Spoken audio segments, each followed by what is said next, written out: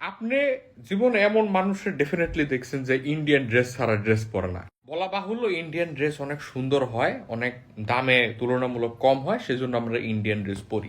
আমরা আমাদের বিয়েতে কি রকমের সাজ ঢং দিব, ওইটা আমরা ইন্সপায়ার্ড হই আলিয়া ভাট আর রণবীর কাপুর কি পরছে ওইটার উপরে বেস করে। আমরা চিকিৎসার জন্য ইন্ডিয়াতে যাই। আমাদের যদি ঘুরতে হয় বাংলাদেশের থেকেও কম দামে আমরা মেঘালয় সিকিম ওইখান থেকে ঘুরে আসতে পারি। আমাদের যখন প্রশ্ন আসে যে বাংলাদেশি পণ্য ইউজ করার কথা, আমরা বলি বাংলাদেশি পণ্য 2 নাম্বার, বাংলাদেশি পণ্যকে ইউজ করে আমরা বিদেশি জিনিস ইউজ করুম। আমরা সাবানটাও বাংলাদেশি ইউজ করতে চাই না, না ভালো সাবানটা দেন, দোকানদারও বের করে দেয় ইন্ডিয়ান সাবান। তো কাহিনীটা কি খালি ওগো দেশের, নাকি আমাগো মধ্যেও কিছু সমস্যা আছে বলে আপনার মনে হয়? আমাগো দেশে যদি ওই দেশের কোনো একটা সিঙ্গার আহে আমরা লাফায় উঠি, ও হিস কামিং। আমরা এটা চিন্তা করি না যে আমাগো দেশের রিজার্ভ নাই, এই বেটা কেন আইতেছে। কিন্তু যে বেটা এটা নিয়ে আবার প্রশ্ন উঠায় ওরে গাইলে আবার কমেন্ট সেকশনে রাখে না। ইন্ডিয়াও বাদ দেন, আপনি বাংলাদেশে খালি চিন্তা করেন একটা ধলা চামড়ার কেউ একজন হাইটা যাইতেছে, ব্রিটিশ শাসন গেছে আজকে থেকে 100 বছর আগে।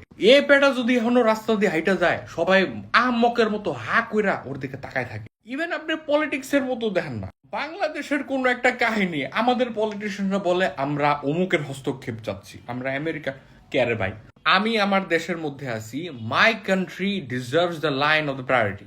If I recognize other people to be superior then my identity, তাহলে আমরা এখনো উপনিবেশেই আছি।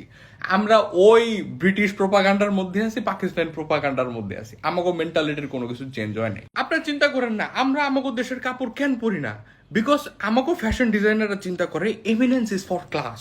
ভালো কাপড় বিদেশিরা পরবে, বড় লোকরা পরবে, তাই আমাদের কালচারও এক্সপ্যান্ডেড হয় না।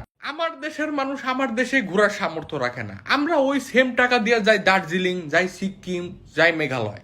আমার দেশের মানুষ নিজের ভালো জিনিস খাইতে চায় না, আমরা 2 নাম্বার খাইলেও ইন্ডিয়ানরা খাবো, বাংলাদেশি পণ্যকে ইউজ করে। ইউসি, আপনার যদি দেশ আগাইতে হয় তাহলে আপনার ইনফ্রাস্ট্রাকচার বাংলাদেশে বানাইতে হবে।